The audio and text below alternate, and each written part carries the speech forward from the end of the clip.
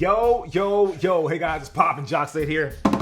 Back with another unboxing, and today I have something that I'm gonna be totally honest here that you've seen probably 1,000 times before, but I still felt like it was important to show it to you guys because there's some things about this shoe that I think live outside of what everybody is showing you. Hey, this is the patent leather Air Jordan 1, but the shoe is a little bit more than that, and I think we should get into that right now. So without further ado, I love what they did with the box. As you see, the box here has a little bit of gloss to it, and look at the regular Air Jordan 1 box. You see that this one is matte, while this one has a little bit of gloss to it. Obviously, it goes to the shoes, and this is all about the storytelling. Something that I often talk about here on this channel is the way that brands storytell, and Nike is doing a great job with that, even to the extent of the box. Or Jordan is doing a good job with that, even with the extent of the box. So switching it from the normal and adding a little bit of gloss to it, which, again, it helps the story. It's the same box. Otherwise, everything else is pretty much the same,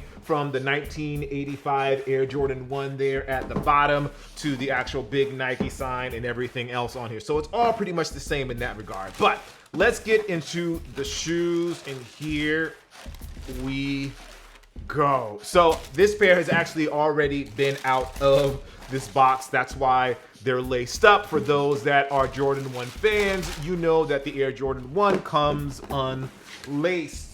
So let's get a closer look at these. Get those right there. Get them nice and look right there. So let's get a closer look at the shoe. Everything that you see here is like a normal Air Jordan 1. The nylon tongue, the outsole, the Air unit, the Air Jordan wings logo, the Nike swoosh, all of that is pretty much the same. It's really the materials that separate this one from your normal Air Jordan 1, in particular this colorway. So this is the most popular Air Jordan colorway.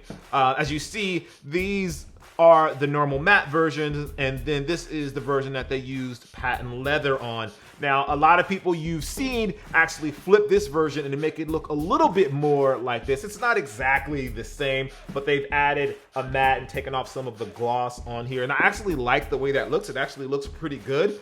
But when it comes to the normal pair, you'll see that the color blocking and everything is pretty much exactly the same. The only difference is the shade of red. This one, I would consider this red is a little brighter and a little more saturated than the red you would get on this pair. Let's talk a little bit about the fact that these are patent leather, and that's not something that you normally see, obviously, on an Air Jordan 1. Ever since it hit the Air Jordan 11, patent leather has really become a thing, especially in basketball and athletic sneakers. And it wasn't just a look thing, although that was kind of part of the equation when Tinker Hatfield designed it. For those that don't know, the Air Jordan 11 was designed by Tinker Hatfield, and this shoe was not designed by Tinker Hatfield. In fact, this logo was not even created when this shoe was actually created. This logo wasn't created until we got to the Air Jordan 3. So this is actually a little bit of a misnomer to have the Jumpman logo on the Air Jordan 1 because, again, it wasn't created then. But now inside of these, you see that it has family. And from what I understand, from what I've been told, when you get that family mark on the inside of the shoe, that's generally reserved for actual Jordan brand athletes. So this sneaker, or a version of this sneaker, was originally created for Jordan brand athletes, and it's something that generally doesn't release to the public. When you're with Jordan, you're considered quote unquote family. If you don't know, Jordan brand athletes, they go on these special trips that Jordan brand puts on, and they get special gear that everyone else in the world just doesn't get. Even the friends and family stuff that usually leaks out to the public, the stuff that says family is very specific to Jordan brand athletes and Jordan brand ambassadors. Anyway, so like thinking about this shoe, a lot of talk has been made about it being patent leather and the fact that it's going to crease. And I think that is important because creasing is important. But the thought of patent leather was something that was really basketball related that Tinker Hatfield thought of, because when he watched Michael Jordan play in the normal shoes, what would happen is Jordan would cut to the right or cut to the left, and his foot would actually roll over the edge of the midsole because he was putting so much force there. So Tinker Hatfield had to come up with something that would help maintain and keep him inside of the footbed. And for him, that was patent leather. It doesn't stretch as much as normal leather does, and it adds a little bit more resistance. And that's why you see it on the Air Jordan 11. The rand goes around the edges and around here to the back, so that heel doesn't come out and so that the front of the foot doesn't come out either. Now, that's great in that application, but seeing it here in this application, it kind of changes things up a little bit because these are going to crease. In the way that patent leather is used here, it isn't used to make the shoe more performance related. It's used here more just for the aesthetic.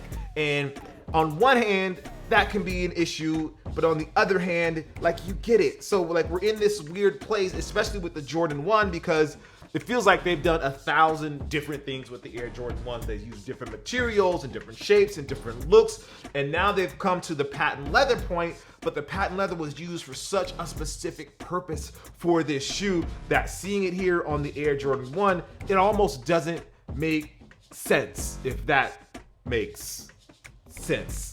I guess it makes sense as in money, but it doesn't make sense as in the performance aspect of the shoe. But aesthetically, I guess it looks good. Like, the concern obviously is that it's going to crease here at the bottom of the shoe. As someone that wears Jordan 1s, I don't mind my shoes creasing. In fact, I have a pair of Jordan 1s over here that I've worn to death, and like, you can see, like, that crease there is no joke. I've worn these as much, and like, that's going to happen.